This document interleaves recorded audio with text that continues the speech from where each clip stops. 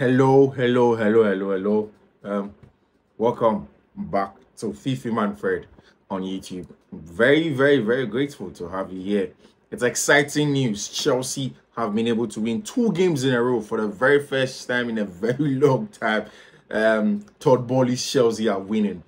So it's that analysis. What is the reason? What's the tactical reason? What's the tweak? Why are Chelsea all of a sudden playing beautiful football and then winning? That's why you're here on the Counter Press. My name is Fiifi-Manfred. Thank you very much. Just before we go on, guys, make sure you do all to subscribe to the channel. Do subscribe to the channel if you like the content in here. Do share your comments in the comment section below.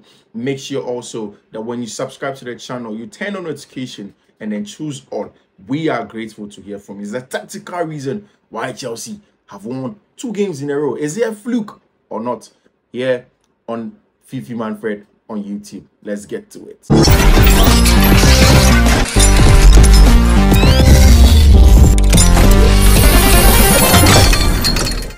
So Chelsea have been able to win first in the League Cup versus Brighton and Hove Albion by just a goal to 0.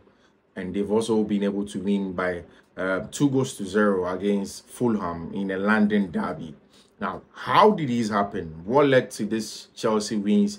What are the tactical tweaks that Mauricio Pochettino brought into his team?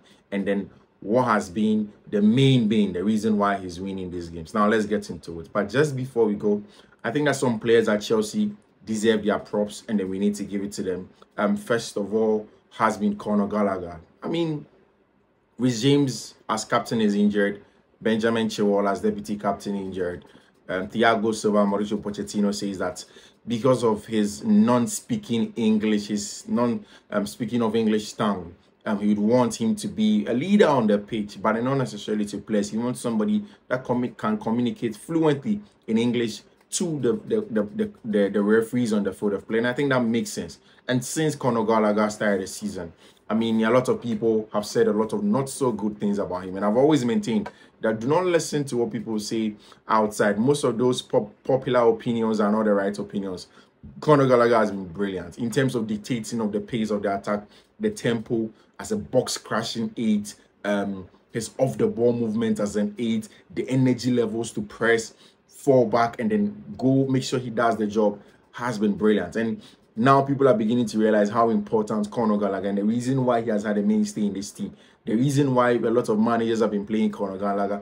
The reason why even the English Three Lions, Gary Southgate loves Conor Gallagher so much. And Tottenham Hotspur and Ange Postecoglou really wants Conor Gallagher. He's a brilliant player. He's a brilliant player for the team and then for himself as well. So quite apart from that, Marco Correa in the last 2 games has been brilliant as well. Chelsea have had their own issues. Marco Correa has had his own issues personally, away from the field in terms of family. His home was robbed and all of those things. He hasn't really settled in. But Marco Correa has been brilliant in these last 2 games that Chelsea have played. And of course, he showed that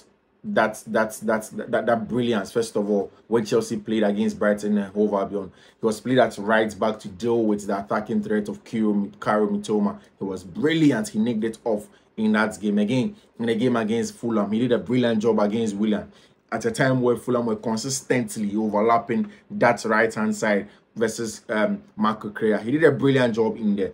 When to push forward, when not to push forward, the zones that he was supposed to be in to be able to defend his head, and then of course the spaces both on the side and of course the depth of the space. That's what he was brilliant. In fact, very brilliant in that job. And then also it is the boy from Manchester City, Cole Palmer. Brilliant boy. Cole Palmer has been up there in terms of space manipulation. How he regulates Chelsea's tempo in attack, the dynamism in attack. How he drops the attack, when he pushes forward, how he sets in, how it goes outward, when he comes into those zones, into those half spaces in there, the body orientation and positioning. That's actually led to that Amanda Broja, and I tweeted about it on Twitter at Fiifi_Manfred on Twitter or on X. He was brilliant with that job that he did over there, and that's exactly what you get from guys like Cole Palmer. Brilliant job. And I think Chelsea have been brilliant in that regard. But first of all, let's get into the tactical reasons. Now, in a game against Brighton and Hove Albion, Chelsea went into the regular 4-2-3-1 or 4-3-3 however way you want to talk about it. Now, so it was Rob Sanchez imposed, of course, the two center backs in this case were Levi Cole, Axel de Sassi, and of course there was Marco Correa, then Benjamin Chilwell playing as left back. Right now, in the middle of the park, Chelsea saw Leslie Guchiku, Moises Caicedo, and then up top you saw Cole Palmer in there now with Nicolas Jackson. One of the things you realize is that now I'm trying to show a graphic of Chelsea's attack dynamism. I mean, the average position of every Chelsea player. Now, what you realize is that in the first games that Chelsea used to play, there was Raheem Sterling on the right-hand side. Most of the times it was Raheem Sterling on the right-hand side. Moises Caicedo, Conor Gallagher at the base. Enzo Fernandez playing as somewhat as a 10, who's not so much of that. But, of course, this analysis will deal with that. Now, most of the time, you realize that Chelsea tend to attack through the right-hand side. Every time was the right-hand side, where Raheem Sterling will pick up the ball. Malo Gusto will overlap him. So, because of how Raheem Sterling plays, every time Malo Gusto, instead of or resumes when he was well, instead of underlapping or consistently overlapping, because Sterling will pick up the ball and come inside, right? Now, when he picks up the ball and then comes inside, Reece or Gusto will overlap him. Once that is done, he has two options. Either he plays into the overlapping Reece or he carries the ball forward. Raheem Sterling consistently would want to take the ball and carry the ball towards the defenders. And then that run is a little bit, it's easy to predict. It's very predictable. And defenders are able to stop him, especially after the first few games. Also, when he overlaps, when the players overlap and he lays the ball to them, what that does is that the ball goes to the byline, the cross is sent into it. Because this is not as quick as possible, it's not sharp. Most of these defending teams come to occupy the base of the 18-yard box, and it's difficult for Chelsea to get any attacker in that zone to get it. In fact, sometimes Nicolas Jackson will get these balls, but because also the runs of Raheem Sterling makes him also drop to come and combine and play, come and overload that side, the right-hand side, instead of staying centrally to get those balls. He gets into the box very late, and then these chances are not the best quality chances. Or anytime that they are there, he's very close to defenders, or the balls are not in the right frame for him to hit and then score his goals. So that was really worrying. Also, there was the other reason of Enzo Fernandez's original position. I know that Mauricio Pochettino knows that Fernandez is not necessarily a 10. But it is essentially because Nkunku got injured and then he had to make do of what he had. So, of course, Enzo Fernandez had to go and play as more like a 10. Whilst he's not a 10. He's not a 10. So, if he goes to go and play as a 10, now, his very typical job of being a very good progressor from deep areas with Moises Caicedo. Now, Caicedo is a beautiful player. He's able to receive under pressure, be able to turn, play forward, do the basics in the first and second phase of the job. He's brilliant at that. But Enzo Fernandez needs to be the connector whilst Caicedo picks the ball from the second, because he's able to go more diagonal. He's able to play more line-breaking passes from central areas, force those issues. He's able to do that job better. He has a lot of pass volume in terms of progressional play than Moises Caicedo. So being close to him was very important in that regard. Now, because this wasn't happening and Conor Gallagher was in this zone, Conor is not the best technical player. He's not your technician that you want in the middle of the park. Whilst he has been brilliant, he's not your technician. Now, you need him a little bit up higher the pace, because now he's a box crashing 8, or yes, I mean not a 10, a box crashing 8. Now, the job of Conor Gallagher is that once he receives ahead of Moises Caicedo and then Enzo Fernandez, now he's able to inject tempo, a lot of tempo, a lot of intensity into the game, and then carry the ball forward. And of course, because he's also a 1-2 touch player, he takes the ball, carries it quickly, and then he sends the pass out wide to a winger or something like that. So that the midfield dynamics was an issue. Now the attacking dynamics was also an issue. So Chelsea had issues. They overload the right-hand side, and it was easy for teams to find that out. Chelsea want to overload, then do the tails dimension. They switch play, and nobody really cares. It becomes the high and wide winger. In that case, it was Benjamin Chilwell. Benjamin Chilwell is not a 1v1 winger to take on players to even create and get a job done. So it was a big deal because also Levi Cole was the left back. He wasn't overloading him. Now, these were real reasons that Chelsea were facing. Once Mauricio Pochettino has sorted the midfield dynamics, they've sorted the midfield dynamics of in the middle of the park with Enzo Caicedo and then Conor Gallagher as a box crashing 8 and somebody that injects pace, somebody has a lot of intensity, somebody that can carry forward. Now the midfield dynamics is sorted. So there are some problems. We'll talk about that later. Now, on the right-hand side, you see that Cole Palmer has played in the last 2 games that Chelsea have won, right? Now that's brilliant. In all of these 2 games, there has been no Malo Gusto.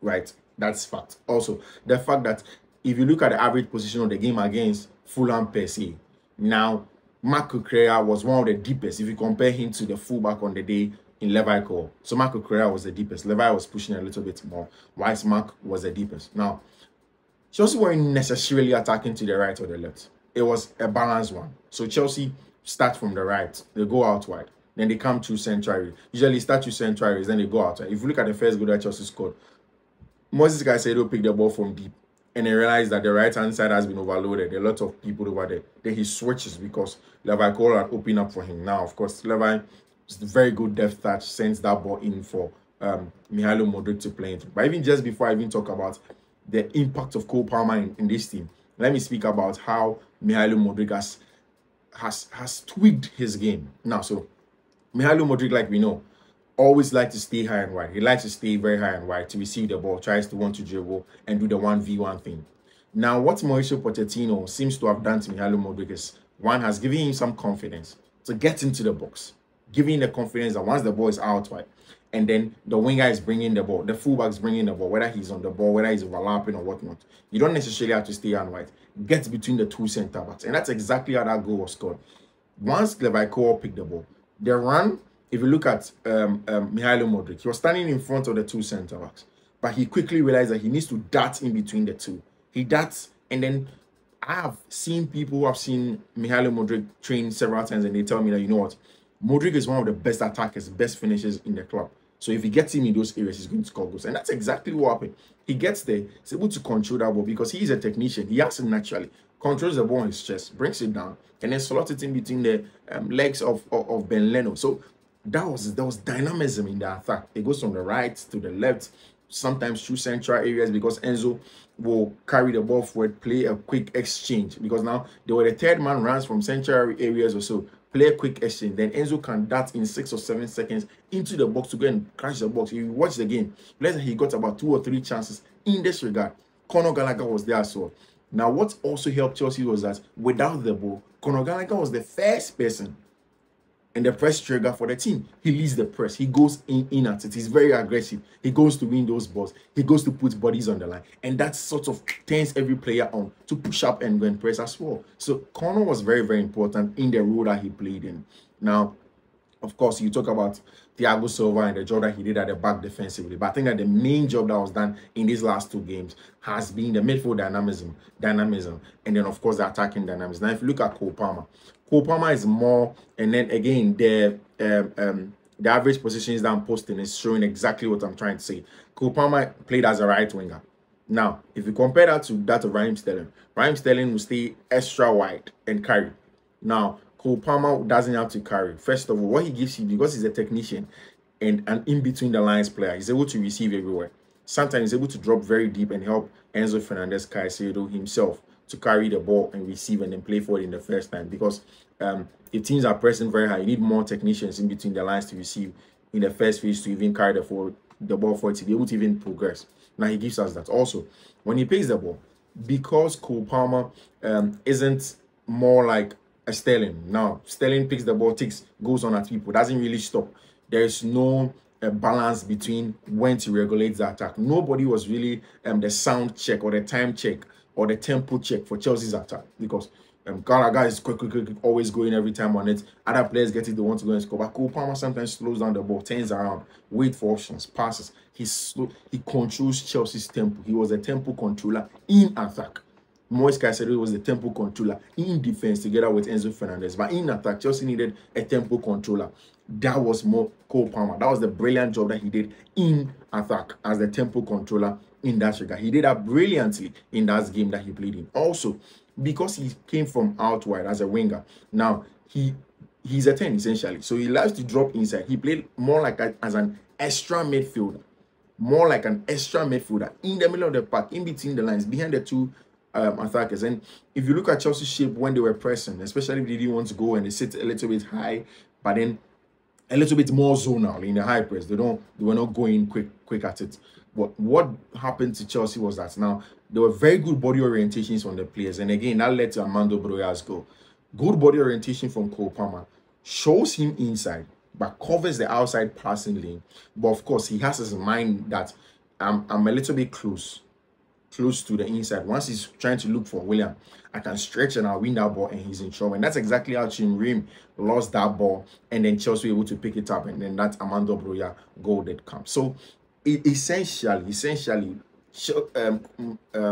Mauricio Pochettino using Conor Gallagher as a box pressing eight and a box crashing eight, the job that he does on and off the ball. Tempo, injecting a lot of tempo when Chelsea are progressing, especially on the turnovers, was very brilliant. The job of Enzo Fernandez and Moise Caicedo in deep areas, and whilst we're being played with a technician and then a tempo controller, in my own words, in Cole Palmer in attack, did brilliant. The job that Chelsea wanted to get also in that regard. Levi Cole was a little bit deeper than Marco Correa. He did an excellent job in there as well. And of course, mind you, Marco Correa is one of the best players that you want if you want to play somebody as an inverted fullback. And there are times where Chelsea would need that. He will not stay very wide as a fullback. He will come a little bit inside. I mean, like I said earlier, the zones that he picked were excellent. And that's exactly what Marco Correa did in that game. Close down players a little bit quicker. He was brilliant. So the attacking dynamics generally were also brilliant from Chelsea. The job of Cole Palmer, the job of Mihailo Modric. Mihailo Modric changing slightly how he plays, not necessarily staying very high and wide, but also making sure that he darts in between. Now, there was a time when Mihailo Modric stays high and wide, is sticking on players, and I'm very certain that this is an instruction from Enzo Fernandez, from Mauricio Pochettino. Enzo comes from deep in midfield, tries to overlap Mihailo Modric. Modric doesn't realize that he's coming to overlap him, cuts in onto the right foot and tries to shoot, although he ended up on nothing. But these are some of the things, and I think that these are the technical and tactical reasons why Chelsea have won 2 games back to back. I mean, you can't take anything away from Fulham. They are one of the teams that have considered the least goals, one of the best defenses in the league this season. Yes, they are not winning. Brighton and Hove Albion have been brilliant. They played with almost a makeshift first 11 in the game against Chelsea. They threw everybody on. But then Chelsea were brilliant at it. And that's the thing, the attacking dynamics, the midfield dynamics, Cole Palmer's technical ability. Now, is this a fluke? That's the next question that we are going to ask in the subsequent analysis. But then Chelsea were brilliant in that game. Now, there are things that Chelsea need to learn on, and it's going to happen in my next game. I'll tell you about it. It is how Chelsea need control, how they can exert control in games, total control in midfield, and then how they can regulate their directness in a game. It's in my next analysis. But the question, however, is it a fluke or not? Thank you. My name is Fiifi-Manfred. This was Fiifi-Manfred on YouTube. It's also Fiifi_Manfred on Twitter. Thank you for choosing me. Do well to subscribe, like, turn on notification button. In that notification button, do choose all. See you. Adios.